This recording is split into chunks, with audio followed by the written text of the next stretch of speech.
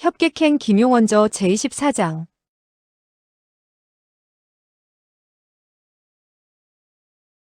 용도주와 목도주가 비단 방석 위에 앉아서 석벽을 향한 채 애써 생각을 하고 있는 중이었다. 석파천은 두 사람에 대해서 어려워하고 있는지라 감히 가까이 다가가지 못하고 멀리 서서 석벽을 쳐다보았다. 한데 첫눈에 그는 약간 실망하고 말았다. 23칸의 석실에는 도형이 있었으나 최후의 석실에는 글자만 있었고 그림이 없었던 것이다. 그리하여 그는 즉시 백자재를 찾아가 오늘 돌아가야겠다는 사실을 알려야겠다고 작정했다. 수일 후 수아와 석청 부부를 만나게 되었을 때의 광경을 그려보며 속으로 여간 흐뭇해하지 않았다. 그와 같은 즐거운 광경을 그려보며 그는 무릎을 꿇고 두 도주에게 몇 번 절을 한 후 입을 열었다. 두 분 도주께서 관대하게 대해주셔서 뭐라고 감사의 말씀을 드려야 할지 모르겠습니다. 거기다가 석벽의 무공을 익히게 해주셨으니 한평생 이 호의는 잊지 않겠습니다. 불초는 이제 돌아갈까 합니다. 용, 목두 도주는 그를 아랑곳하지 않았다.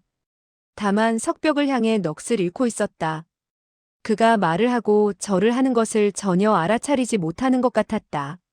석파천은 고심한 무공을 익히게 되면 사람들이 모두 그토록 정신을 빠뜨리게 되는가 보다 생각하고 조금도 개의치 않았다.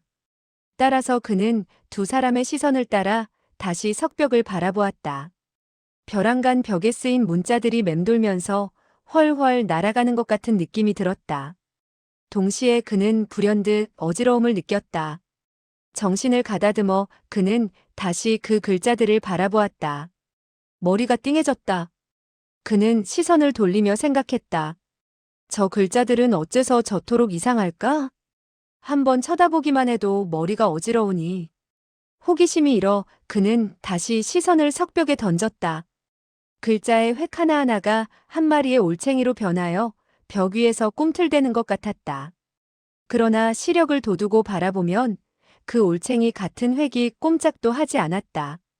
그는 어릴 적에 홀로 황량한 산속에서 살면서 매번 봄철을 맞게 되었을 때 종종 산개울에서 많은 올챙이를 잡아서는 봉우리 위에 물이 고여 이루어진 조그만 연못 속에다가 가두어 놓고는 했다. 그 올챙이들이 발이 자라나고 꽁지가 빠지면서 개구리로 변해 연못에서 뛰어나와 개골개골 하는 소리로 온 산 위를 시끄럽게 하던 광경을 보고 듣고 하면서 적지 않은 외로움을 씻어낼 수가 있었던 터였다. 이때 마치 다시 어릴 때의 소꿉친구를 만난 것처럼 기뻐서 그는 자세히 한 마리 한 마리의 올챙이 모양을 살펴보았다. 헤아릴 수 없을 정도로 많은 올챙이들이 위로 뛰거나 아래로 뛰어내리는 자세를 하고 있는데 제각기 그 자세가 틀려 매우 재미가 있었다. 한참 동안 들여다보고 있을 때 그는 갑자기 등 뒤에 지향혈 내식이 절로 훌쩍 뛰는 듯한 느낌을 받았다. 알고 보니 이 올챙이들은 함부로 뛰며 헤엄치는 것 같았으나 실제로는 내공조식과 관계가 있구나. 이와 같은 생각과 더불어 그는 다시 한 마리의 올챙이를 바라보았다. 그러자 등 뒤에 현추혈이 절로 툭 튀었다. 그리고 지향혈에서 현추혈로 이어지던 한 가닥 내식은 끊어졌다. 눈을 들어 다시 세 번째 올챙이를 바라보았다. 내식에 아무런 이상이 없었다. 벼랑간 옆에서 냉랭한 음성이 들려왔다. 석방주께서 태영경을 주시하고 있는 것을 보니 과두문의 정통한 석학이었구려. 석파천은 그 말에 고개를 돌렸다. 목도주가 형형한 안광을 빛내며 자기를 바라보고 있지 않은가. 그는 그만 얼굴을 붉히며 재빨리 말했다. 불초는 글이라고는 한자도 모릅니다. 다만 저 올챙이들이 매우 재미있게 느껴져 몇 번 더 보았습니다. 목도주는 고개를 끄덕였다. 그렇겠군. 저 태영경은 옛날 과두문으로 쓰여 있기 때문에 그렇지 않아도 나는 이상하게 생각했는데 석방주는 나이가 젊은데도 그와 같이 오래되고 오묘한 문자를 알아보다니 정말 기재외다. 석파천은 겸연쩍게 웃으며 말했다. 그렇게 말씀하신다면 저는 더 보지 않겠습니다. 두 분 도주에게 폐가 되지 않도록 그만 물러가지요. 목도주는 급히 말했다. 아니, 사양할 것은 없소. 이곳에 앉아서 얼마든지 보구려. 그런다고 해서 우리들에게 방해가 되지는 않을 것이요. 그리고 나서 그는 두 눈을 감았다. 석파천은 그곳에서 걸어 나오려고 했으나 그대로 떠난다면 목도주에게 신뢰가 될 것 같았다. 그는 다시 조금만 더 보고 나가자고 작정하고 석벽에다 시선을 던졌다. 벼랑간 배에 있는 중주혈이 절로 경련을 일으키듯 격렬하게 떨렸다. 동시에 그의 전신이 함께 흔들리는 듯한 느낌이 들었다. 이 올챙이들은 정말 이상하다. 개구리도 되지 않았는데 어떻게 이토록 크게 뛸 수 있을까? 크게 동심을 일으킨 그는 한 마리 한 마리 올챙이를 대할 때마다 몸에 있는 혈도가 맹렬히 약동하는 것이 매우 재미있었다. 벽에 그려진 올챙이는 수천 수만을 헤아리고 있었다. 때로는 공교롭게 두 곳의 혈도와 경맥이 함께 이어져 전신이 시원해지기도 했다. 그는 볼수록 흥이 솟구쳐서 목도주에게 한 말은 잊어버리고 스스로 합당한 올챙이를 찾아 각처의 혈도와 경맥들을 연결시키기 시작했다.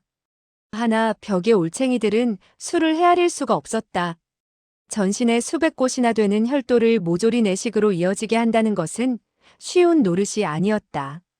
석실 안은 햇살도 보이지 않고 등불만이 켜져 있어 밤낮을 알 수 없었다. 그리하여 그는 배가 고프면 석실 밖으로 나가 국수를 먹거나 하면서 8-9끼니를 먹게 되었을 때 잊게 된 혈도가 점점 많아지게 되었다. 그런데 이 올챙이들은 한 마리 한 마리가 모조리 그의 몸 안경맥 혈도 속으로 들어갔을 뿐만 아니라 한 마리의 조그만 개구리가 된 듯 사지백해에서 훌쩍훌쩍 뛰노는 것이 아닌가.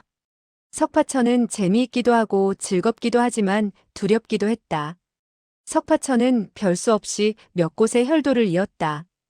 그렇게 여러 곳의 혈도를 꿰듯 연결하자 마구 뛰놀던 내식이 약간 가라앉았다. 하지만 한 곳의 혈도가 가라앉게 되면 다른 곳의 혈도가 또 움직였다. 그는 마치 마귀에 홀린 듯 석벽의 문자를 뚫어지게 바라보게 되었고 피곤해서 도저히 견딜 재간이 없으면 벽에 등을 기대고 잠을 잤다.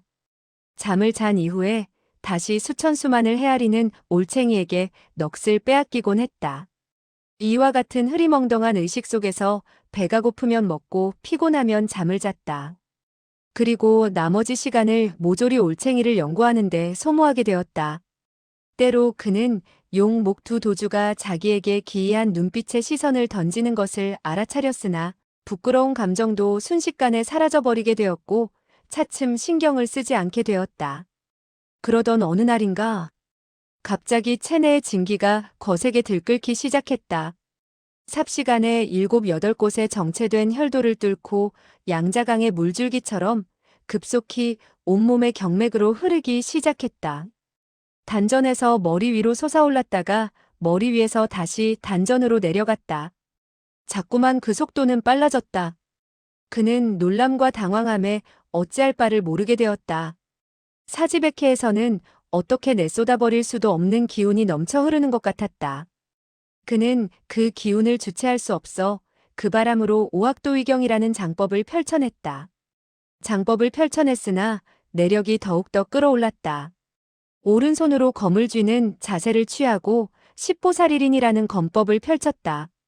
손에 검이 없었으나 검초는 잇따라 펼쳐지고 있었다. 십보살일인의 검법이 미처 다 펼쳐지기 전에 전신의 근육이 마치 터질 것처럼 팽창되었다. 그리고 진기는 자기의 뜻과는 달리 조객만호형이라는 경맥 운행을 가리킨 도보를 따라 흐르게 되었다. 이렇게 되자 그는 손과 발을 춤추듯 놀리게 되었다. 매우 기뻐서 춤을 추는 것 같기도 했고 고뇌에 휩싸여 어쩔 줄 모르는 행동 같기도 했다. 조객만호형이 끝나자 곧이어 오구상 설명으로 이어지게 되었다. 그는 생각해 볼 여지도 없이 석벽의 도보들이 한 폭 한 폭 뇌리에 절로 떠올랐다. 은안조백마에서부터 23번째 글귀인 수능서각화까지 단숨에 펼쳐내게 되었다. 이렇게 되자 검법과 장법은 말할 것도 없고 경공신법과 내공이 모조리 하나로 뭉쳐지게 되었고 어느 것이 장법이고 어느 것이 검법인지 분간할 수도 없게 되었다. 그리하여 수능서각하라는 초시까지 모조리 펼쳐내게 되자 진기는 거꾸로 흐르게 되었다. 22번째 글귀인 불참세상형 에서부터 거꾸로 펼쳐져서는 첫 번째 글귀인 조객만호형으로 이어지게 된 것이었다. 장법을 모조리 펼쳐낸 순간 그는 자기도 모르게 그만 휘파람을 길고 우렁차게 내불었다. 삽시간에 사형객이 전수해준 염염공과 인형의 몸뚱아리에서 배우게 된 내공, 설산파의 제자들이 검수를 연마할 때 본 설산검법, 정당이 전수해준 금나수법, 석청 부부가 전수해준 상청광 검법, 그리고 산호파가 전수해준 금오도법 등이 모조리 뇌리에 떠올랐다. 그는 머리에 떠오르는 대로 마구 손짓을 했다. 이미 순서고 뭐고 따질 겨를이 없었다. 장자담주에도 좋고 탈검슬 전횡도 좋았다. 무엇이든지 마음대로 되었고 웅기조식도 할 필요가 없었으며 초식을 가다듬을 필요조차 없었다. 석벽에 수천 수만이나 되는 초식은 자연스럽게 그의 마음속에서 손발로 전해지는 것이었다. 그는 연마하면 연마할수록 기쁨이 넘쳐 흐르게 되어 그만 껄껄 웃고 말았다. 하하, 정말 묘한데. 그러자 두 사람이 일제히 갈채를 보냈다. 정녕 절묘하오. 석파천은 그만 깜짝 놀라 손을 멈추었다. 용도주와 목도주가 각기 석실 한 모퉁이에 서 있었다. 얼굴 가득 놀라움과 기쁨의 빛을 띠고 그를 바라보고 있지 않은가. 석파천은 재빨리 말했다. 불초가 그만 함부로 소란을 피우게 된 것을 용서하십시오. 그는 속으로 멋대로 움직이고 멋대로 부르짖어 두 분 도주의 무공연마에 방해가 되었다고 생각해 그만 황송해졌다. 두 도주는 땀을 뻘뻘 흘리고 있었으며 전신의 옷이 모조리 젖어 있었다. 그런가 하면 그들이 서 있는 석실의 모퉁이에도 땀방울이 흘러 질퍽했다. 용도주는 천천히 입을 열었다. 석방주는 정말 하늘이 내린 기재회다. 축하하오. 나의 절을 받으시오. 그러고 나서 그는 절을 했다. 목도주 역시 절을 했다. 석파천은 깜짝 놀라 재빨리 무릎을 꿇고 연신 머리를 조아렸다. 두 분께서 이러신다면 불초가 어찌 감당할 수 있겠습니까? 몸 둘 바를 모르겠습니다. 용도주는 말했다. 석방주. 아무쪼록 일어나십시오. 석파천은 몸을 일으켰다.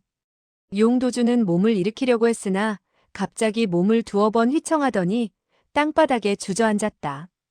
목도주 역시 두 손을 땅바닥에 대고 엎드린 채 몸을 일으키지 못했다. 석파천은 놀라 물었다. 두 분은 어떻게 되신 겁니까? 그러고는 다가가 용도주를 부축해서 잘 앉히고 목도주도 부축해서 앉혔다. 용도주는 고개를 흔들더니 얼굴에 미소를 띠고 웅기조식에 들어갔다. 목도주 역시 두 손을 합장하더니 스스로 웅기행공했다. 석파천은 그들에게 피해가 되지 않도록 가만히 서 있었다. 그는 용도주와 목도주를 번갈아 바라보았다. 속으로 놀람과 의혹을 금할 수 없었다. 한참 만에야 목도주가 길게 숨을 내쉬더니 벌떡 몸을 일으키고는 용도주에게 달려가 얼싸안았다. 두 사람은 함께 얼싸안고서는 소리내어 껄껄 웃었는데 매우 즐거운 듯 했다. 석파천은 두 사람이 어째서 그토록 기뻐하는지를 몰라 그저 멍하니 따라 웃을 뿐이었다. 또 그 자신은 결코 이것이 나쁜 일이 아니라고 생각하고 마음을 크게 놓았다. 용도주는 석벽을 붙잡고서 천천히 몸을 일으키더니 입을 열었다. 석방주, 우리 형제는 수십 년간 마음속에 품어온 의문을 그대의 도움으로 오늘 깨우치게 되었소. 그러니 우리는 고맙게 여기는 바이오. 석파천은 더듬거리며 말했다. 내가 언제 깨우치게 했다는 것입니까? 용도주는 미소를 띠며 말했다. 석방주, 그렇게 겸손해할 것은 없소. 그대가 협객행의 석벽 그림을 터득하게 된 것은 당금 무림에서 제1인자가 된다는 그 말과 다름이 없는 것이오.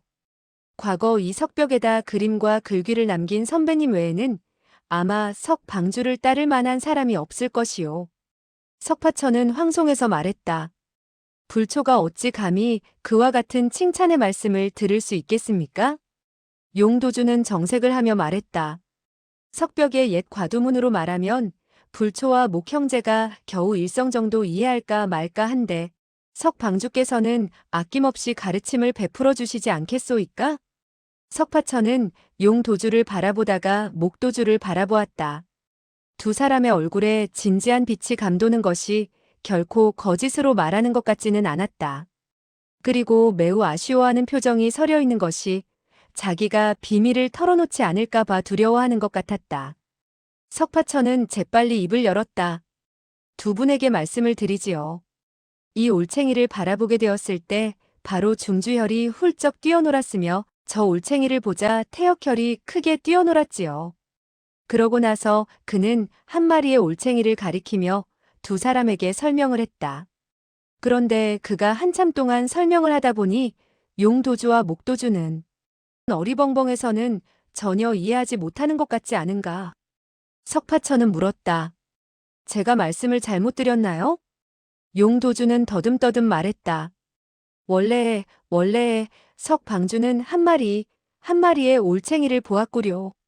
글자로 보지 않았는데 어떻게 전편의 태연경을 이해할 수 있었소? 석파천은 얼굴을 붉히며 말했다. 불초는 어릴 적부터 글을 읽어본 적이 없습니다. 정말 한자도 몰라 부끄러울 뿐입니다. 목도주는 일제히 놀라며 이구동성으로 물었다. 글자를 모른다고요? 석파천은 고개를 끄덕였다. 글자를 모릅니다. 나는 중원으로 돌아가서 수아에게 글자를 가르쳐 달라고 해야겠습니다. 그렇지 않으면 모든 사람들이 글자를 알아보는데 저 혼자 모른 데서야 남의 비웃음밖에 더 사겠습니까? 목두 도주는 그의 얼굴에 진지한 빛이 감돌 뿐 조금도 교활한 빛이 없는 것을 보고 결코 거짓말하는 것이 아니라고 판단했다. 용도주는 머리가 어지럽기만 해서 석파천을 붙잡고 물었다. 글자를 모른다면서 첫 번째 석실에서 23번째 석실까지 벽에 써있는 그 많은 주해를 누가 풀었소? 석파천은 담담하게 말했다. 아무도 풀어준 사람이 없습니다. 백할아버지께서 몇 마디 풀이를 했고 관동의 범나으리께서 몇 마디 설명을 했지만 이해하지를 못해 듣지도 않았습니다. 그리고 그는 다시 더듬거리며 말을 이었다. 저는 다만 그림만 보고 아무렇게나 생각한 것이지요. 갑자기 그림 위에 구름송이나 조그만 검과 같은 것이 있어서 몸 안에 뜨거운 기운과 한 덩어리가 되었습니다. 용도주는 황급히 말했다. 혹시 이것이 하늘의 뜻이 아닐까? 이분석 방주가 바로 하늘이 내린 기재가 아니겠는가? 목도주는 갑자기 발을 구르며 부르짖었다. 아, 알았소이다. 형님, 원래 이렇게 된 것입니다. 용도주는 어리둥절해졌다. 그러나 그도 역시 깨닫는 바가 있었다. 두 사람은 수십 년간 같이 생활해왔고 무공도 같이 갈고 닦았다. 그리고 공력도 비슷했다. 다만 목도주는 원래 말이 적어 용도주보다 번거로운 일을 덜 접했기에 좀 더 빠른 시각에 그 요결을 이해할 수 있었던 것이다. 그리하여 두 사람은 내 손을 서로 마주잡고 꼭 쥐었다. 얼굴에는 처량하면서도 씁쓸한 빛이 서렸고 또한 기뻐하는 착잡한 빛이 서려 있었다. 용도주는 고개를 돌리더니 석파천에게 말했다. 석방주, 다행히 그대가 글자를 모르기에 이와 같은 커다란 의문을 풀 수가 있었소. 이제 우리 형제들은 죽어도 눈을 감을 수 있겠구려. 석파천은 머리를 극적극적했다. 아니, 죽어도 눈을 감을 수 있다니 그게 무슨 말씀이지요? 용도주는 나직이 한숨을 내쉬었다. 원래 이 많은 주석이라고 붙여놓은 글귀를 말하면 일부러 사람으로 하여금 엉뚱한 기로로 들어서도록 유도하고 있는 것이 왜다. 그러나 그림과 글귀를 연구하는 사람치고 그 어느 누가 주애를 애써 생각하지 않겠소? 석파천은 기이한 생각이 들어 물었다. 도주께서는 그 많은 글귀가 소용이 없다는 것입니까? 용도주는 대답했다. 소용이 없을 뿐만 아니라 크게 해를 끼친 것이 왜다. 만약에 그와 같은 주애가 없었다면 우리 두 사람이 그토록 많은 심혈을 기울이며 세월을 헛되이 보내지는 않았을 것이 왜다. 목도주는 한숨을 내쉬며 말했다. 알고 보니 이 태영경은 진짜 과도문이 아니었군. 겨우 경맥혈도의 노선과 방위를 가리킨 데 불과했으니. 그리고 그는 길게 한숨을 내쉬며 다시 말을 이었다. 아, 40년이란 세월을 어디 가서 찾는담?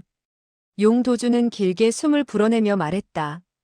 태영경의 머리카락이 하얗게 된다고 하더니, 형제, 자네 머리카락은 정말 하얗게 새어버리고 말았네. 목도주는 용도주의 머리를 바라보았다. 그 역시 냉소를 흘릴 뿐 더 말하지 않았다. 세 사람은 똑같이 그 이유를 알고 있었다. 그 뜻은 당신의 머리카락도 하얗게 새어버렸다는 것이었다. 목두 도주는 서로 마주보며 장탄식을 내뱉었다. 갑작스럽게 그들은 매우 늙어 보였다. 그날 동지팥죽을 먹을 때 위풍당당하고 정신이 또렷해 보이던 모습은 찾아볼 수가 없었다. 석파천은 크게 의혹을 느끼고 물었다.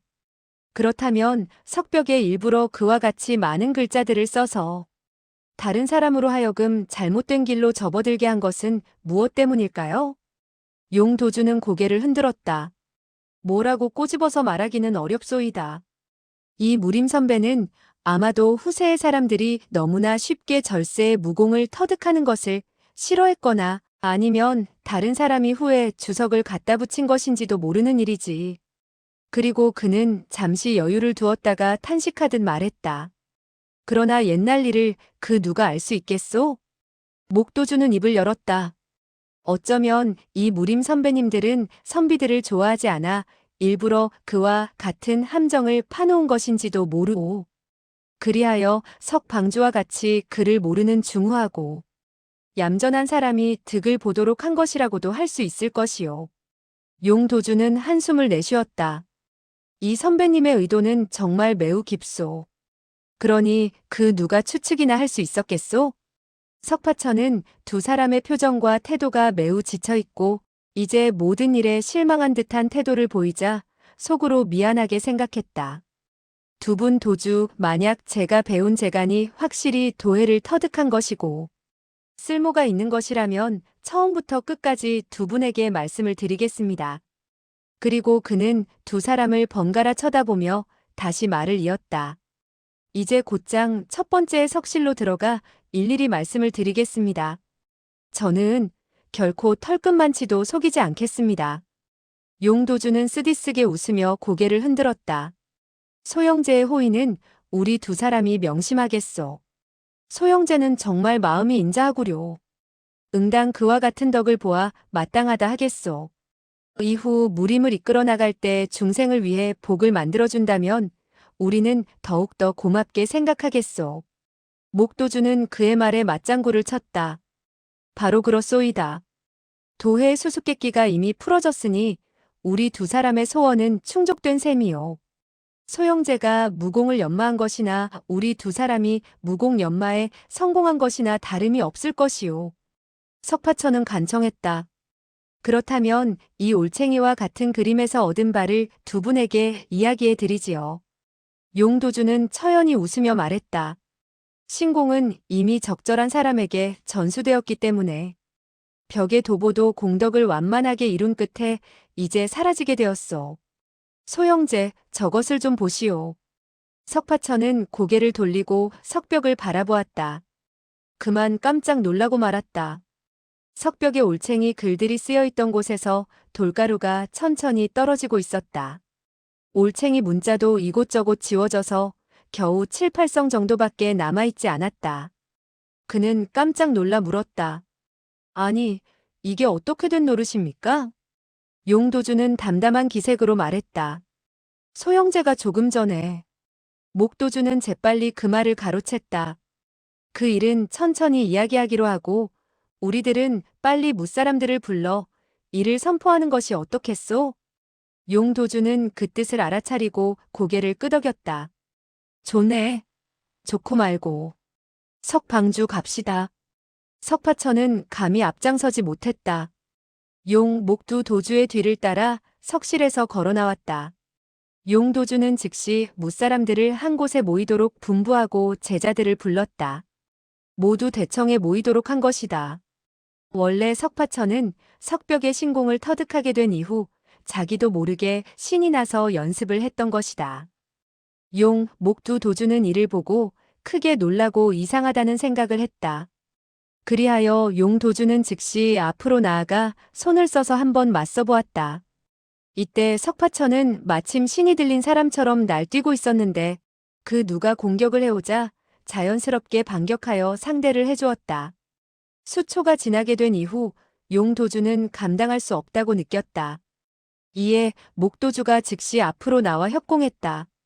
두 사람의 무공은 당근 무림에서 이미 버금가는 사람을 찾아볼 수가 없을 정도였다. 그러나 두 사람이 힘을 합했는데도 석파천이 새로 터득한 신묘한 무공에는 감당할 수가 없었다. 두 사람이 즉시 초식을 거두어들였더라면 석파천 역시 자연스럽게 손을 멈추게 되었을 것이지만 두 사람은 벽에 쓰인 무공이 도대체 얼마만한 위력이 있는지 시험을 해볼 양으로 계속 엄밀한 공세를 퍼부었던 것이다. 두 사람의 강세가 강맹하면 강맹해질수록 석파천의 반격도 강해져 갔다. 세 사람의 장풍과 장력이 서로 맞닥뜨리게 되고 소용돌이치면서 석벽을 후려치게 되었다.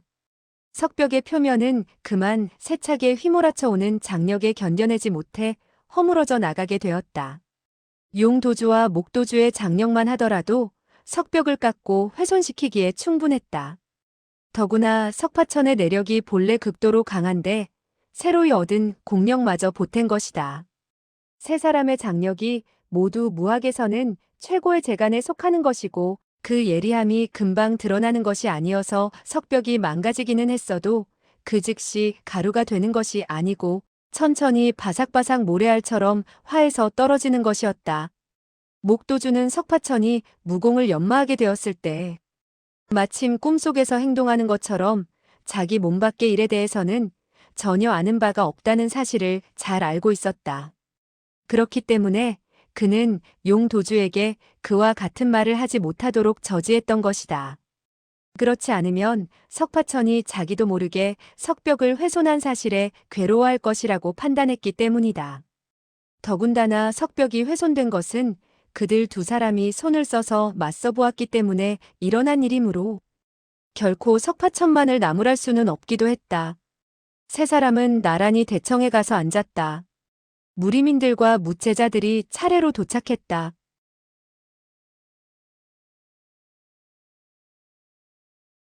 용도주는 각처 석실의 등불을 끄도록 명했다.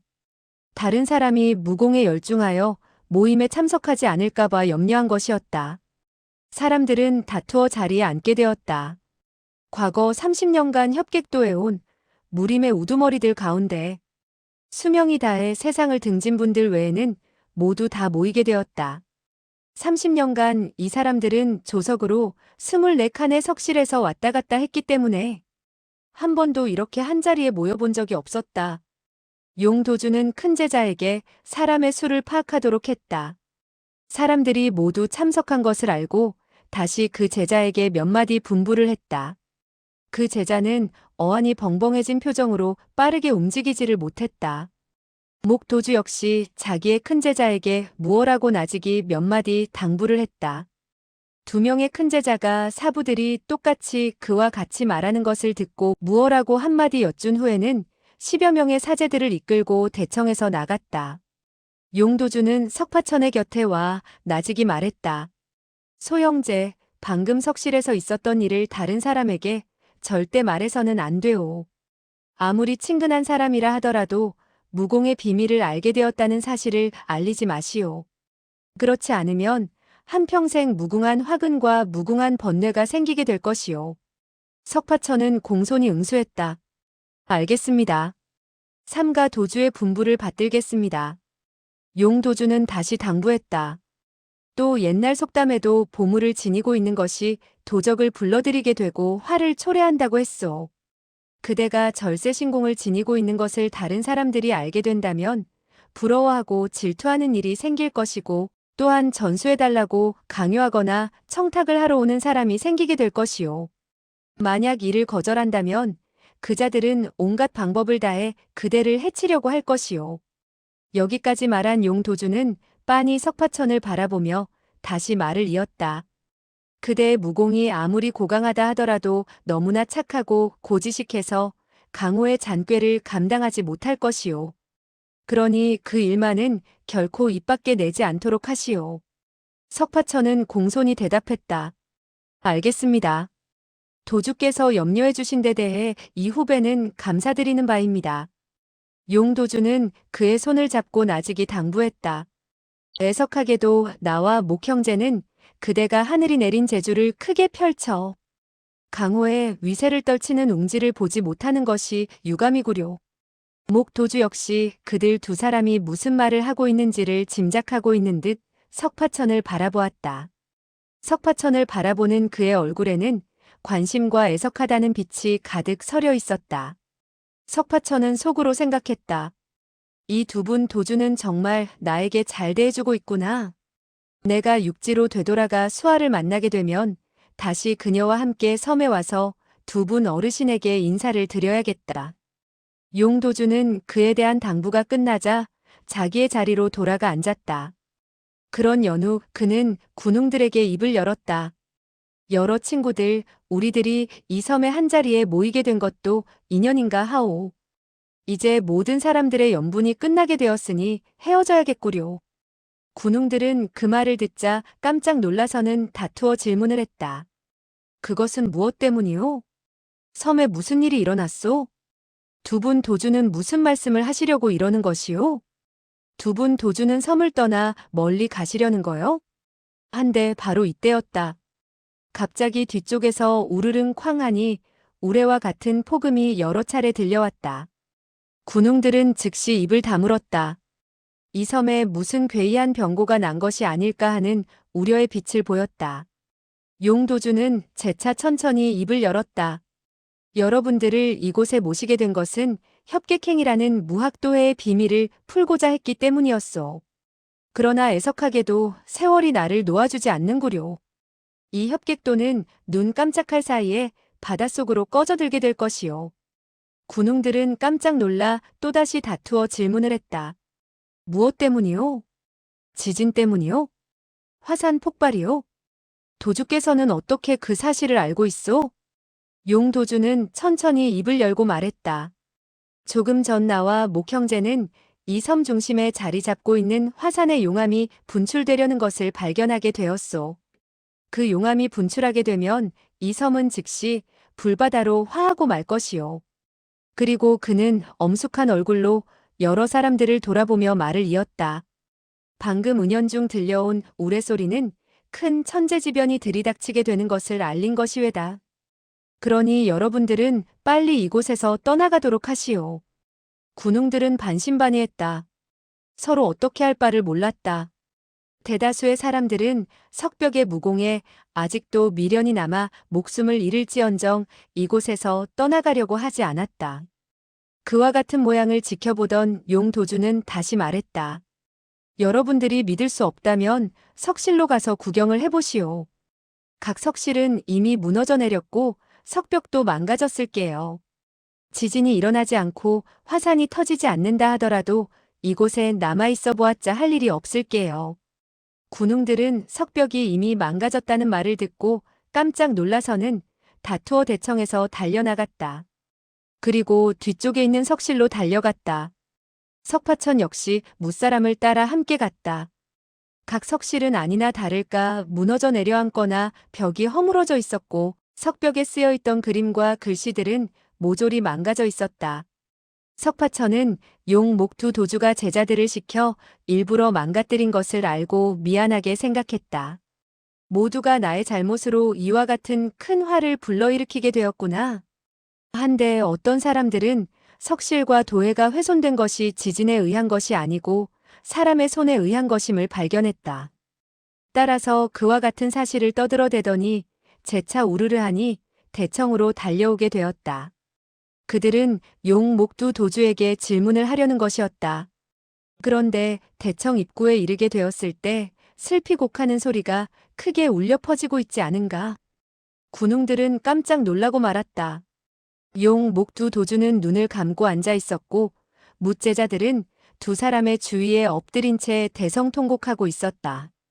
석파천은 그만 가슴이 철렁 내려앉는 것을 느끼고 무사람들을 해치며 나아갔다. 용도주, 목도주 어떻게 된 것입니까?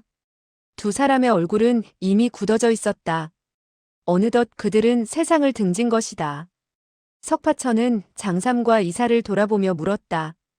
두 분 도주는 조금 전까지도 멀쩡하셨는데 어째서 금방 돌아가시게 되었지요? 장삼은 흐느끼며 말했다. 두 분 사부님께서 돌아가시게 되었을 때 두 분이 품고 있던 커다란 수건을 이루게 되어 이 세상을 떠나기는 하나 마음만은 그지없이 평안하다고 하셨네. 석파천은 여간 괴롭지 않았다. 그만 자기도 모르게 소리내어 울었다. 용, 목두 도주가 갑자기 세상을 떠나게 된 것은 한편으로 연세가 많은 이유도 있지만 도해의 비밀을 알게 된 이후라 이 세상에 미련이 없었던 것이다. 그리고 석실에서 시험해 보느라고 손을 쓴 결과 끊임없이 뻗쳐오는 석파천의 내력을 막다 보니 그만 지쳐서 등불에 기름이 닿은 꼴이 되고 말았다. 따라서 석파천은 두 도주의 죽음이 자기와 실제로 커다란 관계가 있었다는 사실을 알았다면 무엇라고 형용할 수가 없는 가책과 슬픔을 느끼게 되었을 것이다. 황삼을 걸친 큰 제자는 눈물을 훔치고 낭낭히 외쳤다. 여러 귀빈들, 저의 은사들께서는 세상을 떠나셨습니다. 그러나 여러분들이 한시바삐 이 섬에서 떠나가셔야 한다는 유명을 남기셨습니다. 그리고 그는 여러 군웅들을 돌아보며 다시 힘주어 말했다. 여러분들이 이전에 얻은 상선벌악의 동패는 이후에는 도움될 일이 있을지 모르니 버리지 마십시오. 그리고 훗날 여러분들에게 어려움이 있을 때면 남해가의 그 조그만 어촌으로 동패를 가지고 찾아오십시오. 그러면 저희 형제들은 정성을 다해 조금이나마 힘이 되어드리도록 노력하겠소이다. 군웅들은 크게 실망한 끝이었으나 그와 같은 말을 듣자 다시 기쁜 빛을 떠올렸다. 협객도의 무제자들의 무공이 얼마나 놀라운가를 그들은 잘 알고 있었던 것이다. 따라서 그들이 나선다면 이 세상에 어떠한 화근이라도 막지 않겠는가 하는 생각을 해보는 것이었다. 이때 청삼을 입은 큰 제자가 외쳤다. 해변에 배들이 이미 준비되었으니 여러분들은 즉시 출발하도록 하십시오. 그리하여 군웅들은 다투어 용 목두 도주의 시체에 큰 절을 하고 작별을 고했다. 장삼과 이사는 석파천의 손을 잡았다. 장삼은 슬픔에 찬 어조로 당부했다. 형제도 빨리 떠나게. 이후 우리들은 반드시 자네를 찾아보겠네. 석파천은 두 사람에게 작별 인사를 하고 백자재를 따라 많은 사람들과 더불어 해변에 이르렀다. 그리고 배에 올라서는 출항을 기다렸다. 그들이 탄 배는 커다란 해선이었는데 모두 세 척이나 되었다. 군웅들은 모두가 이 배들을 타고 떠나게 된 것이다. 이윽고 닷줄이 풀어지고 다시 감기게 되었는가 하면 다시 올려졌다. 그리고 천천히 섬에서 멀어져 가게 되었다. 협객도에서 10년 이상이나 살고 있던 사람들은 도해와 그림에 대해 거의 심취된 상태였다.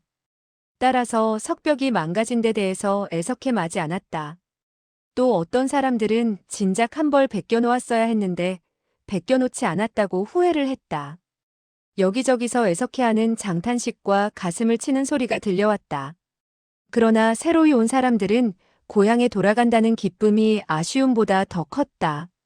한데 협객도가 점점 멀어지자 석파천은 갑자기 한 가지 사실이 떠올라 그만 등골에서 식은땀이 흘러내렸다. 자기도 모르게 그는 발을 구르며 말했다. 야단났군, 야단났어. 할아버지, 오늘이 며칠이지요? 백자재는 깜짝 놀라서는 부르짖었다. 어이쿠. 그는 너무나 놀란 나머지 수염마저 부들부들 떨며 말했다. 나는 잘 모르겠는데. 오늘이 며칠이던가. 정불사는 선실의 한쪽 모퉁이에 앉아있다가 물었다. 도대체 갑자기 날짜는 왜 묻느냐?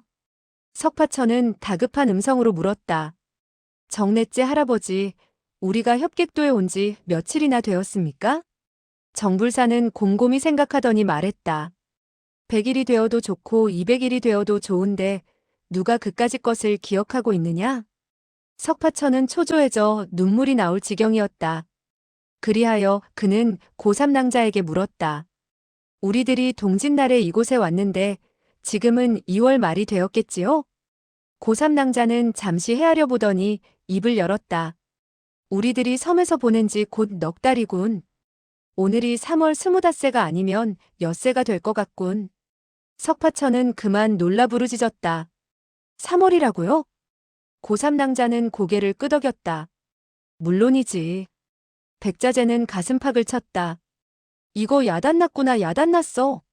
정불사는 껄껄 소리내어 웃었다. 시원하다. 시원하다. 석파천은 노해 부르짖었다. 정넷째 할아버지, 할머니께서는 2월 말까지 백할아버지가 돌아오시지 않는다면 바다에 뛰어든다고 했습니다. 그런데 뭐가 시원하다는 겁니까? 수아도 바다에 뛰어든다고 했는데. 정불사는 그만 멍청해졌다. 2월 말에 바다에 뛰어든다고? 그럼 지금이 3월 하순이란 말이지. 석파천은 울면서 부르짖었다. 그래요. 어떻게 하면 좋습니까? 정불사는 노해 부르짖었다. 소치가 2월 말에 바다에 뛰어든다고 했으면 지금은 이미 죽은 지 20날이 넘었을 것이니 별 도리가 없지 않으냐? 그녀의 고집이 너무나 세어서 탈이야. 그리고 그는 오히려 백자재에게 화풀이를 하려고 했다. 백자재 제기랄. 이 늙은 거사. 너는 어째서 진작 돌아가지 않고 여태까지 버티고 있었느냐? 이 개가 낳은 늙은 녀석아. 백자재는 가슴팍을 치면서 부르짖었다. 맞아, 맞아. 나는 후레자식이야. 나는 늙은 도둑이야. 정불사는 다시 욕을 했다. 죽어 마땅해, 죽어 마땅해.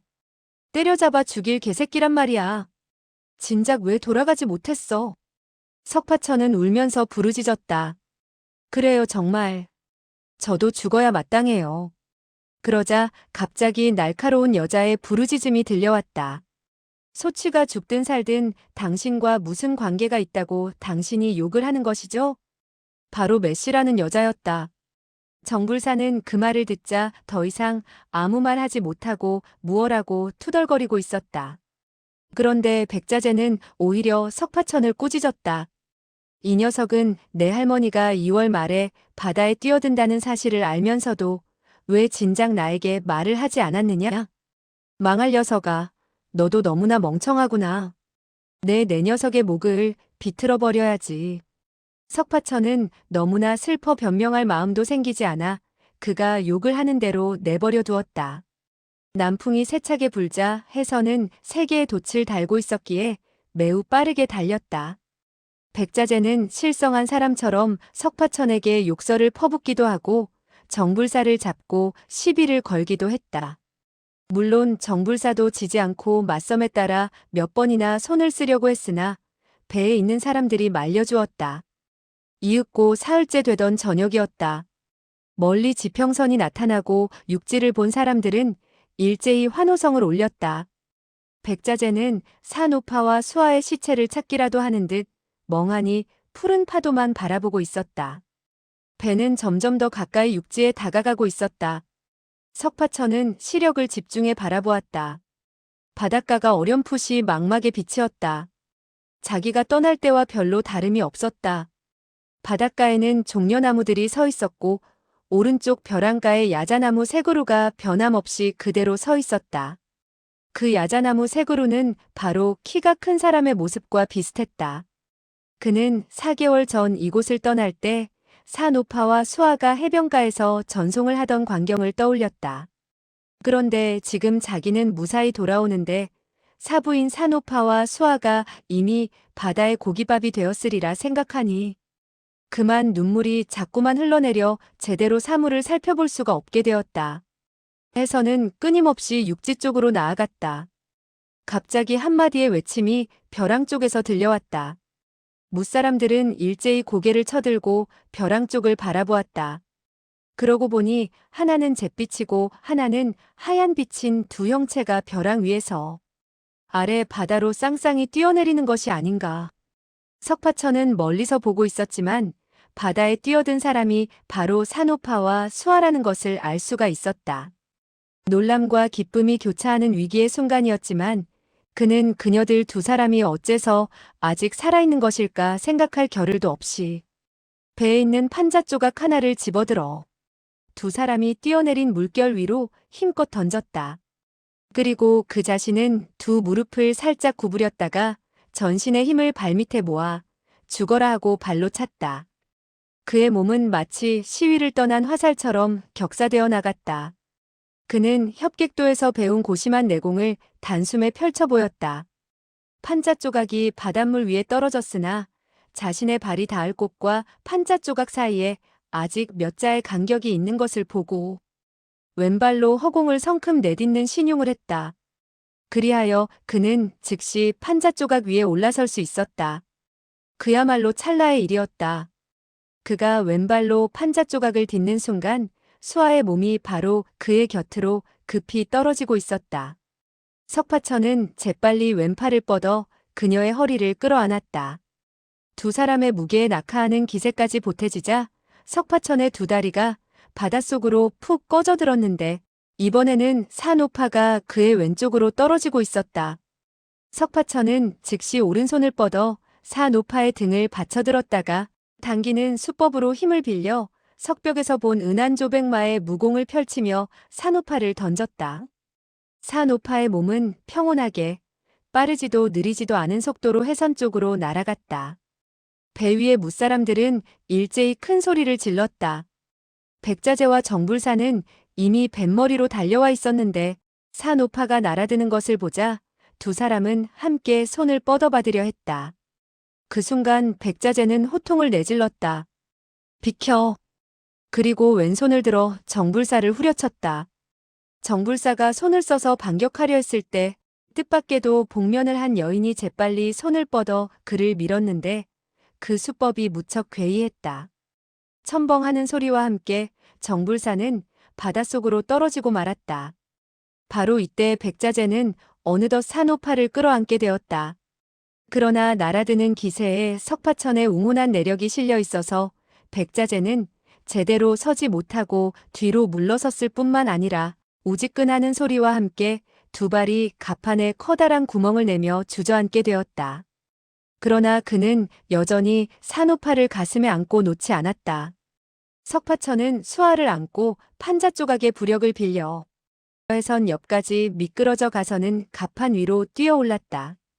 정불사는 다행히 자맥질에 능통하여 헤엄을 치면서 입을 벌리고 크게 욕지거리를 했다.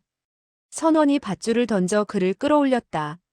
무사람들은 서로 다투어 한마디씩 떠들어대는 바람에 그야말로 아수라장이 된 것 같았다. 정불사는 온몸이 생쥐처럼 젖어서는 멍하니 복면 여자를 바라보더니 갑자기 부르짖었다.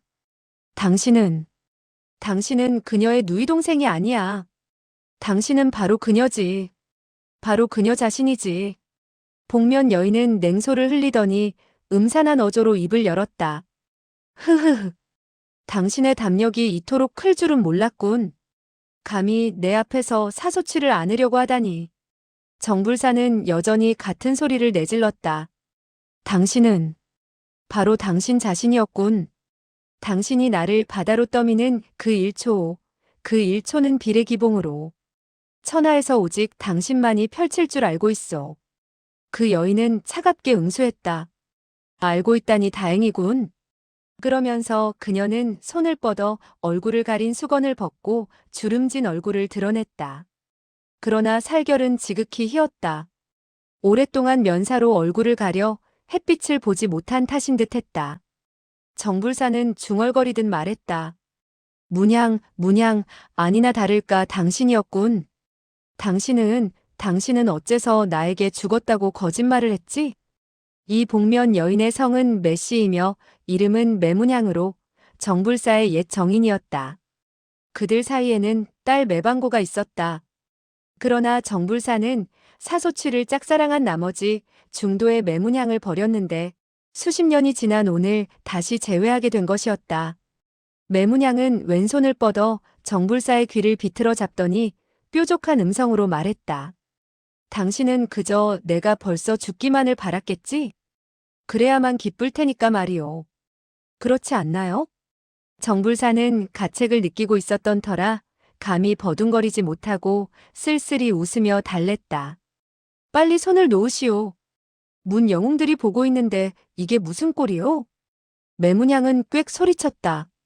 나는 한사코 당신의 그 좋은 꼴을 사람들에게 보여주려는 거요. 나의 방고는 어떻게 되었소? 빨리 나에게 돌려주어요. 정불사는 여전히 달래는 말투였다. 빨리 손을 놓으시오. 용 도주께서 그 애가 웅이산 고초령에 있다는 것을 알아내셨으니 이제 그 애를 찾아가도록 합시다.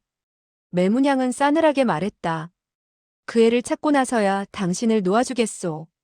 만약 찾지 못하면 당신의 두 귀를 모조리 찢어내고 말 것이오. 시끌벅적한 가운데 해서는 어느덧 언덕에 닿았다. 석청 부부와 백만검 그리고 설산파의 성자학 등 몇몇 사람들이 마중 나왔다. 백자재와 석파천이 무사히 돌아오고 산호파와 수아가 바다에 몸을 던졌으나 구출된 것을 보고 모두들 기뻐 어쩔 줄 몰라 했다. 다만 성자학과 제자면 양자진 세 사람은 내심 실망했으나 억지로 웃으며 축하할 뿐이었다. 영웅들은 무태 닿자마자 고향으로 돌아가기 위해 다투어 흩어졌다. 범일비, 여정평, 풍랑, 고삼낭자 등 네 사람은 석파천에게 작별을 고하고 요동으로 돌아갔다. 백만검은 급히 달려와 백자재를 보고 말했다. 아버님, 어머님께서는 2월 말까지 아버님께서 돌아오시지 않는다면 바다에 뛰어들어 자결하겠다고 하셨습니다. 그런데 오늘이 바로 2월 말입니다. 제가 경계하고 있었는데 뜻밖에도 어머님이 저의 혈도를 짚어버리시지 않았겠습니까? 다행히 제때 돌아와 주셨군요. 백자재는 어리둥절해 물었다. 뭐라고? 2월 말이라고? 백만검은 고개를 끄덕였다. 그렇지요. 오늘이 바로 2월 말입니다. 백자재는 다시 물었다. 2월 말이라니? 백만검이 확답했다. 그렇습니다. 틀림없는 2월 말입니다. 백자재는 머리를 극적였다. 우리들이 협객도에 간 지 4개월이 좀 더 되었다고 생각했는데 어째서 오늘이 여전히 2월 말이지? 백만검은 공손히 말했다. 아버님께서는 작년 11월에 윤달이 끼어 있었다는 사실을 깜빡 잊으신 모양이군요. 그 말이 떨어지자 백자재는 깨달은 듯 석파천을 향해 말했다. 이 녀석, 너는 어째서 진작 이야기하지 않았지? 하하하, 윤 11월이라. 정말 작년에 윤달이 들어있었구나. 석파천은 의아하여 물었다. 윤달이 또 무엇입니까? 어째서 작년 11월이 2달이나 있지요? 백자재는 웃으며 말했다. 너야 작년 11월이 2개든 3개든 상관할 게 뭐냐? 나는 내 할멈이 죽지 않았으니 100개 윤달이 끼어 있어도 상관없다. 무사람들은 그만 소리내어 웃고 말았다. 백자재는 고개를 돌려 물었다. 정불사, 그 늙은 도둑은 어디로 갔지? 산호파는 웃으며 말했다. 왜 그 사람을 찾는 거예요? 매문양이 그를 붙잡고 딸 매방고를 찾아간다고 했어요.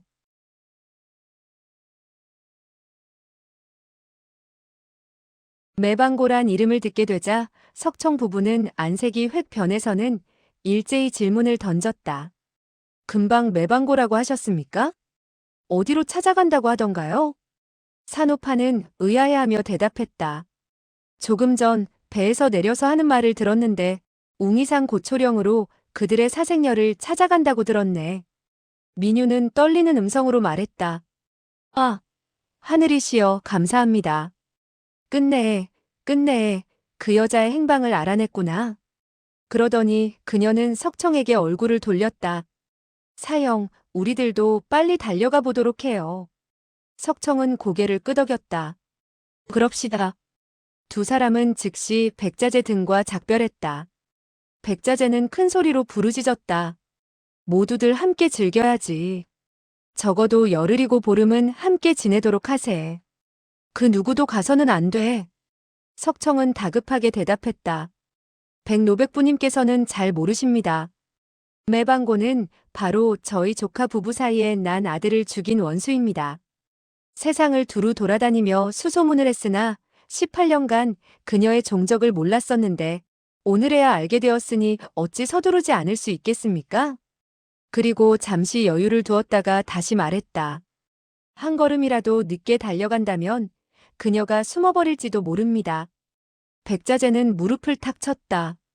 그 여자가 자네의 아들을 죽였어? 그런 일이 있다니. 그렇군. 그 계집애를 천갈래 만갈래 찢어 놓아야지. 자네 일은 나의 일이나 마찬가지네. 가세 함께 가자고. 그리고 그는 자기가 앞장을 서며 다시 말을 이었다. 성노질, 정불사라는 늙은이가 자기의 딸년을 편들 것이네. 그리고 매문향이라는 할멈의 가전무학인 매화권도 대단하다네. 자네도 옆에서 도와주는 사람이 있어야 원한을 갚을 수 있을 것이네. 이때 백자재는 산호파와 수아를 다시 만나게 되자 심정이 매우 흐뭇했다. 어떠한 사람이라도 그에게 무슨 일을 부탁한다면 모조리 응낙할 형편이었다. 석청과 민유는 매방고에게 정불사와 매문향이 버티고 있다는 사실을 알게 되었을 때 원수를 갚기가 어려워졌다고 약간 두려움마저 느꼈다. 그런데 백자재가 스스로 나서며 도와주겠다고 하니 매우 기뻤다. 상천관의 장문인 천호 도장은 아직도 다른 한 척의 배를 타고 있어 도착하지 않은 상태였으나 석청 부부는 원한을 갚고 싶다는 생각에 기다리지 않고 즉시 출발하기로 했다. 석파천도 물론 무사람들을 따라갔다. 이날 일행은 웅이산에 도착했다. 웅이산은 둘레가 수백리나 되는 곳이었다. 고초령이 어디에 있는지 알 수가 없었다. 무사람들은 며칠을 두고 찾았으나 찾을 수가 없었다. 백자재는 아무리 찾아 헤매도 고초령이 나타나지 않자 석청을 탓했다. 성노질, 자네 현소쌍검으로 말하면 강남의 검술 명가인데 무공은 이 어르신에게 미칠 바가 못 되지만 그래도 대단한 명성을 떨치고 있지 않은가? 그런데 어찌하여 아들 하나도 지키지 못하고 여도적에게 살해를 당하게 내버려 두었는가? 그리고 그는 기침을 하고 다시 입을 열었다. 그 여도적은 자네와 또 무슨 원한이 있어서 자네의 아들을 죽였지? 석청은 한숨을 내쉬며 말했다. 이 일은 전생에 맺어진 업보인 것 같습니다. 뭐라고 말씀드려야 할지 모르겠군요. 민유는 갑자기 입을 열었다. 사형, 혹시 일부러 여러 사람을 데리고 길을 잘못 인도한 것이 아닌가요? 정말 그녀를 죽여 견아의 원한을 갚으려 하지 않는다면 나는 그녀는 말을 맺지 못하고 눈물을 뚝뚝 흘렸다. 백자재는 이상하다는 듯 말했다. 어째서 그녀를 죽이지 않으려는 생각을 하게 됐는가? 아차. 성노질은 그 여도적의 모습이 매우 아름다워 옛날부터 자네와는 그렇고 그런 사이인가 보지. 석청은 얼굴을 붉히며 말했다. 백부님께서 농담도 다 하시는군요. 백자재는 그를 한참 동안 바라보더니 말했다. 틀림없이 그랬을걸. 그래서 그 여도적이 질투를 일으켜서 독수를 써 민여협과 자네 사이에서 난 아이를 죽였겠지. 이 늙은이는 어떻게 된 것인지 자기의 일에는 제대로 머리가 돌아가지 않았지만 남의 일은 아주 그럴싸하게 맞추었다. 석청은 대답할 말이 없었다. 민유는 길게 탄식을 토했다. 노백부님, 사형이 그녀와 어떤 애매한 관계가 있었던 것이 아니고 그 메가라는 여자가 짝사랑을 한 거예요. 질투심이 증오심으로 변해 어린애에게 화풀이를 한 거죠. 저의 가엾은 어린애에게. 이때 석파천은 큰 소리로 부르짖었다. 그러는 그의 얼굴이 매우 이상야릇하게 변했다. 아니, 어떻게 이곳에 있지? 그러고 나서 그는 왼쪽의 산봉우리를 향해 치달았다. 원래 그는 갑자기 산봉우리 위의 사물이 매우 눈에 익었던 것이다. 바로 자기가 어릴 적에 자란 곳이 아닌가. 그는 산봉우리의 다른 쪽으로 내려왔기 때문에 그런 점을 미처 발견하지 못한 것이었다. 이제 그의 경공심법이 뛰어나 순식간에 산봉우리에 도착할 수 있었다. 숲을 돌아 몇 칸의 초가집 앞에 이르게 되었다. 그러자 개 짖는 소리가 요란하게 들리면서 누렁이가 한 마리 집 안에서 달려나왔다. 그 누렁이는 대뜸 그의 어깨 쪽으로 달려들며 좋아서 날뛰었다. 석파천은 대뜸 그를 끌어안고 말했다. 아항, 내가 돌아왔구나. 어머니는? 그러고 나서 그는 큰 소리로 외쳐 불렀다. 어머니, 어머니. 그러자 초가집 안에서 세 사람이 걸어 나왔다. 중간에 한 여자는 얼굴이 기이하도록 추악했다. 바로 석파천의 어머니였다. 양쪽에는 정불사와 매문양이 서 있었다. 석파천은 기뻐 부르짖었다. 어머니. 그리고 그는 아황을 안은 채 어머니의 앞으로 걸어갔다. 그 여인은 냉랭하게 말했다. 너는 그동안 어디 갔다 왔느냐? 석파천은 더듬더듬 말했다. 저는. 이때 민유가 석파천의 등 뒤에서 소리쳤다. 매방고 역용을 한다고 해서 나를 속일 수 있다고 생각하느냐? 세상 끝까지 도망친다고 하더라도. 석파천은 깜짝 놀라 몸을 날려 피하면서 부르짖었다. 석 부인, 잘못 아신 것입니다. 이분은 저의 어머님입니다. 부인의 아들을 죽인 원수가 아닙니다. 석청은 이상하다는 듯 물었다. 이 여인이 너의 어머니란 말이냐? 석파천은 단호하게 말했다. 그렇습니다. 어릴 적에 어머님과 함께 있었습니다. 그런데 그날 어머님이 보이지 않았고 며칠 동안 기다려도 돌아오지 않아 제가 찾으러 나갔다가 그만 길을 잃게 된 것입니다. 아황도 보이지 않았으나 이제 아황도 여기 있지 않습니까? 그러면서 그는 개를 안고 그녀에게 보여주는데 매우 기쁜 표정이었다. 석청은 그 추악한 얼굴의 여인에게로 시선을 옮겼다. 방고, 당신에게 아들이 있었으면서도 어찌하여 그때 우리 아들을 죽였소? 그의 어조는 매우 차분했다. 그러나 모든 사람들은 그 어조에 괴로워하는 빛이 역력히 서려 있는 것을 알 수가 있었다. 추악한 여인은 바로 매방고였다. 그녀는 냉랭하게 웃더니 두 눈에 증오의 빛을 띄우고 말했다. 내가 누구를 죽이든 내가 좋아서 죽인 거예요. 당신이 간섭할 것 없잖아요. 석파천은 걱정스러운 눈빛으로 말했다. 어머니, 석 장주와 석 부인의 아들을 정말 어머님이 죽인 거예요? 그것은 무엇 때문이지요? 매방고는 냉소했다. 내가 죽이고 싶으면 죽이는 것이다. 어떤 이유가 있어야 하느냐?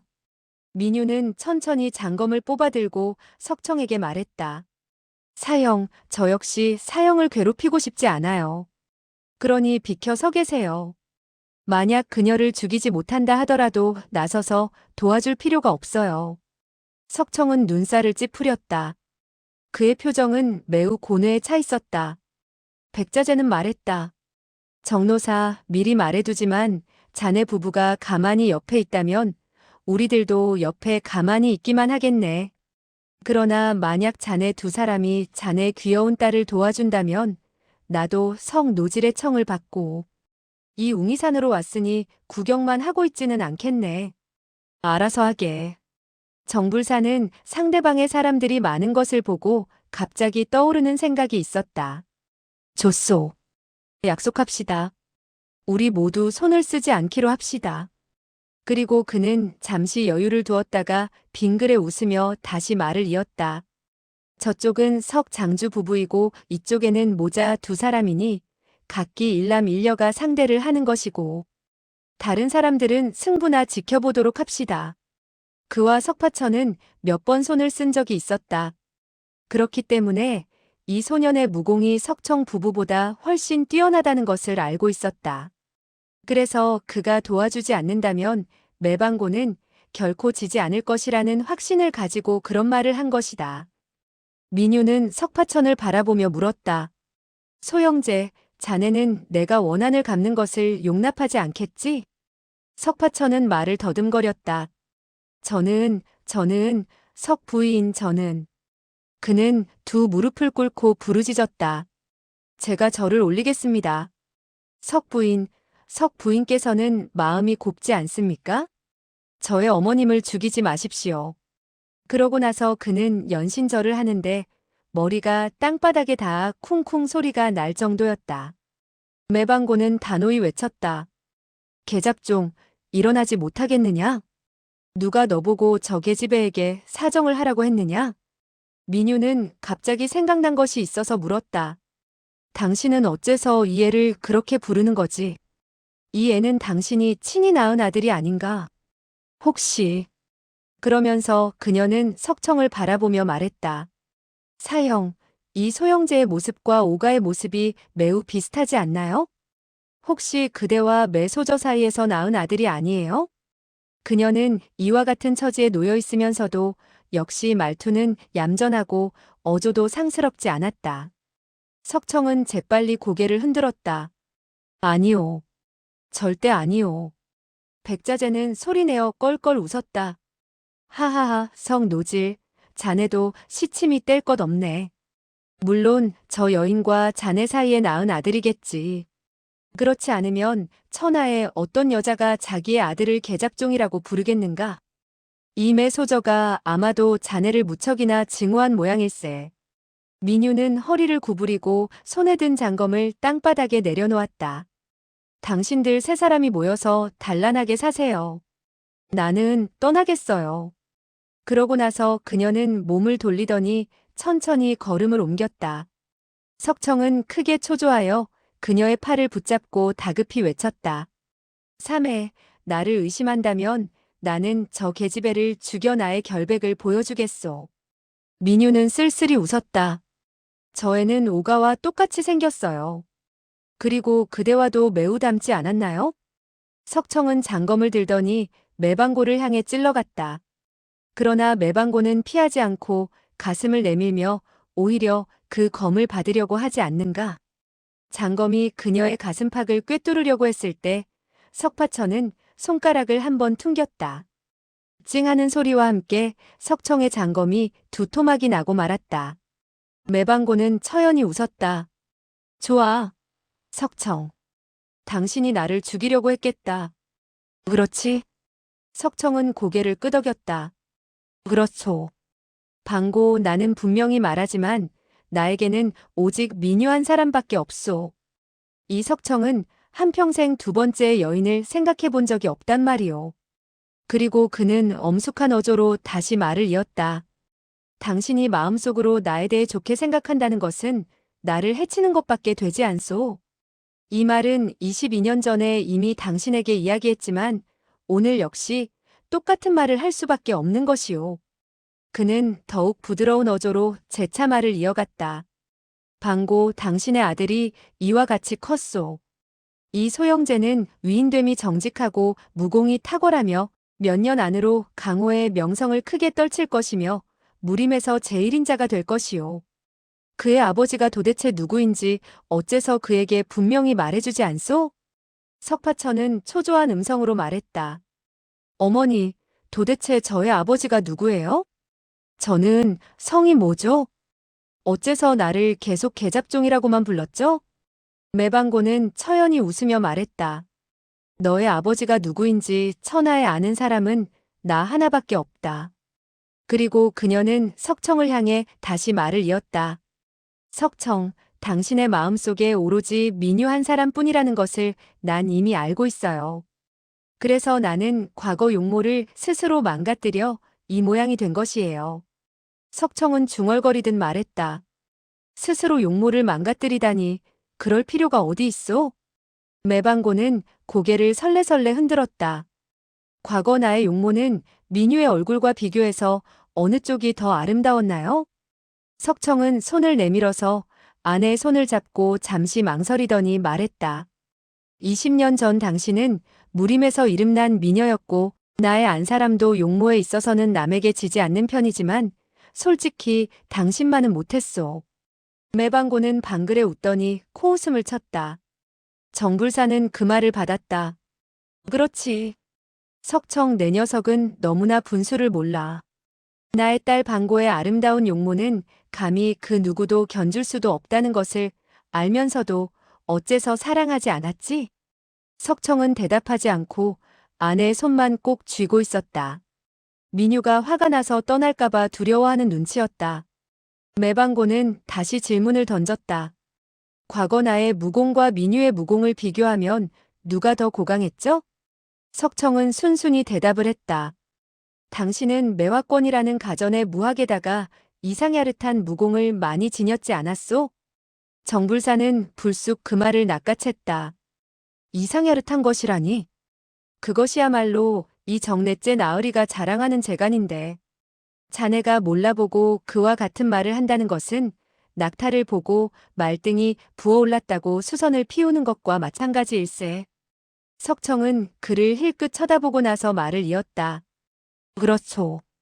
방고의 무공은 정씨와 매씨 두 집안의 장점을 겸비하였으니 그 당시 안 사람은 상천관의 거막 진술을 터득하지 못했기 때문에 방고에게 한 수 뒤떨어졌소. 매방고는 다시 질문을 던졌다. 그렇다면 문장에 있어서는 누가 더 뛰어났었죠? 석청은 생각도 하지 않고 말했다. 당신은 시를 쓸 줄도 알고 가사를 지을 줄도 알았소. 우리 부부는 별로 아는 것이 없었는지라 당신에게 견줄 수가 없었소. 석파천은 속으로 매우 이상하게 생각했다. 우리 어머님은 무공이나 글 공부에 있어서도 뛰어났었구나. 그런데 나에게는 어째서 조금도 가르쳐주지 않았을까? 이때 매방고는 다시 냉소를 띠고 말했다. 그렇다면 바느질의 섬세함과 음식 솜씨는 민유보다 못했겠군. 석청은 여전히 고개를 가로저었다. 안 사람은 옷을 기울 줄도 몰랐고 만들 줄도 몰랐으며 계란 하나 붙이는 것도 제대로 붙이지 못했는데 당신의 뛰어난 손재주에 어찌 견줄 수 있었겠소? 매방고는 다그치듯 날카롭게 외쳐 물었다. 그렇다면 어째서 당신은 나만 보면 시종 차가운 얼굴을 하고 당신의 민사매에게는 웃고 이야기하며 좋아했죠? 도대체 무엇 때문이죠? 그렇게 말하는 그녀의 음성은 떨리고 있었다. 매우 격동된 것 같았으나 얼굴 표정만은 무표정하니 전혀 한 가닥 감정도 엿볼 수가 없었다. 석청은 여전히 말했다. 매소저, 나도 잘 모르겠소. 그러나 당신은 나의 민사매보다도 모든 점에 있어 뛰어났을 뿐 아니라 나보다도 고강했소. 나는 당신과 있게 되면 열등감을 느끼게 되고 당신에게는 자격이 없는 사람으로만 느껴졌던 것이요. 매방고는 한참 동안 넋을 잃고 서 있더니 갑자기 큰 소리로 부르짖으며 초가집 안으로 뛰어들어갔다. 매문향과 정불사도 안으로 따라 들어갔다. 민유는 머리를 석청의 가슴팍에 묻고 부드러운 어조로 말했다. 사형, 매소저는 불쌍한 사람이에요. 그녀는 우리 애를 죽이기는 했지만 저는 그녀보다 더 행복해요. 나는 그대의 마음속에 오로지 나 한 사람뿐이라는 것을 알았어요. 자, 이제 우리 돌아가요. 원수도 갚을 필요가 없어졌어요. 석청은 의아하다는 듯 물었다. 원한도 갚지 않겠다는 것이요? 민유는 처연히 말했다. 그녀를 죽인다고 해서 우리 견아가 되살아나겠어요? 갑자기 정불사의 놀란 외침 소리가 들려왔다. 방고, 너는 어째서 어리석게 목숨을 끊었느냐? 네, 가서 석가와 사생결단을 내겠다. 석청 등은 그와 같은 소리에 깜짝 놀랐다. 매문향은 미친 듯이 초가집 안으로부터 매방고를 안고 나왔다. 매방고의 왼쪽 소매자락은 어깨 쪽지까지 걷어 올려져 있었으며 그녀의 배곡같이 하얀 팔목에는 한 점의 붉은 점이 찍혀 있었다. 그것은 바로 그녀가 아직까지도 처녀의 몸임을 증명하는 수공사였다. 매문향은 그녀의 머리를 쓰다듬으며 뾰족한 음성으로 입을 열었다. 방고는 아직도 옷과 같이 깨끗한 처녀의 몸이에요. 저 계잡종은 이 아이가 낳은 아들이 아니란 말이에요. 모든 사람들은 일제히 석파천에게 시선을 고정시켰다. 하나같이 그들은 마음속으로 가득 끓어오르는 의혹을 느꼈던 것이었다. 매방고는 처녀의 몸이니 물론 석파천의 어머니가 될 수가 없다. 그렇다면 그의 어머니는 누구이며 그의 부친은 누구인가? 그리고 매방고는 어째서 석파천의 어머니라고 스스로 인정했을까? 석청과 민유는 똑같은 생각을 하고 있었다. 설마하니 매방고는 과거 견아를 사로잡아가기는 했지만 죽이지 않았더란 말인가? 그리하여 나중에 그녀가 보내온 그 한 구의 어린애 시체 얼굴이 피와 살이 엉켜서 분간할 수 없을 정도로 모호해졌었는데 비록 견아의 옷을 입고 있지만 실제에 있어서는 견아가 아니란 말인가? 저 소영재가 만약에 견아가 아니라면 그녀는 어째서 그렇게 계잡종이라고 불렀겠는가? 그리고 어째서 그와 오가가 저토록 닮았을까? 석파천은 더욱더 오리무중에 빠져든 느낌이었다. 나의 아버님은 누구일까? 그리고 우리 어머님은 누구일까? 그리고 내 자신은 또 누구란 말인가? 매방고가 자결하고 말았으니 그 많은 의문은 그 누구도 대답을 해줄 수가 없게 되고 말았다.